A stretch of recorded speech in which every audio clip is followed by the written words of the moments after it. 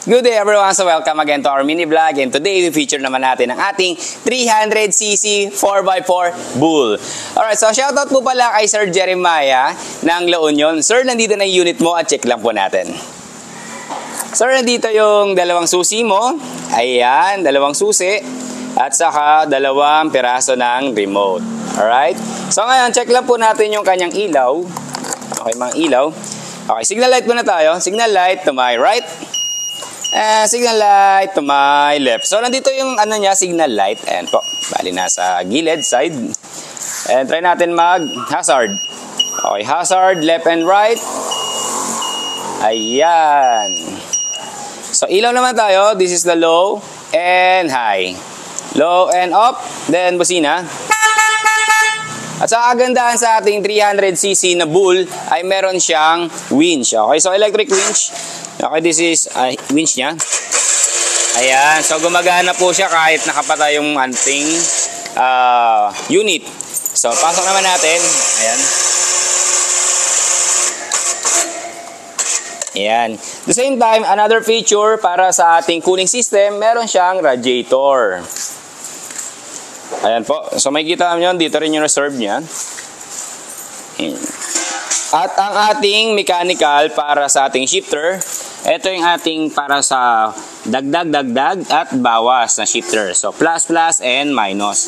At this one, indication naman ng ating reverse and forward. Okay, so once nandito siya, forward. Once na binalik natin siya sa kabila, ayan ang kanyang backward. Alright. So, start po natin siya ngayon.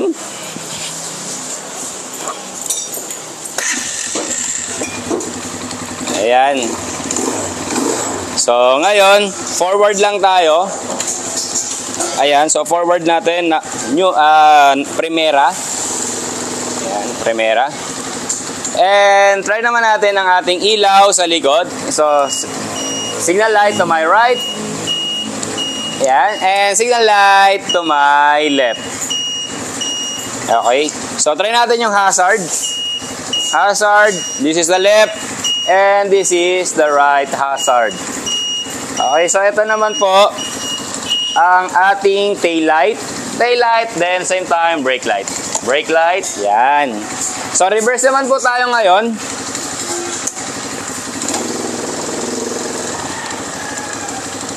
So this 300cc comes with the manual transmission or semi-automatic transmission. Alright, sorry okay, ulitin ko lang, semi-automatic transmission. At the same time, ang ating ay meron na po siyang differential.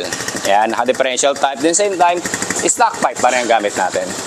Alright, so ngayon, check naman po natin ang kanyang pag-angat. Okay, so diretso deliver na rin po to, kaya pasok na natin sa ating truck. Ayan.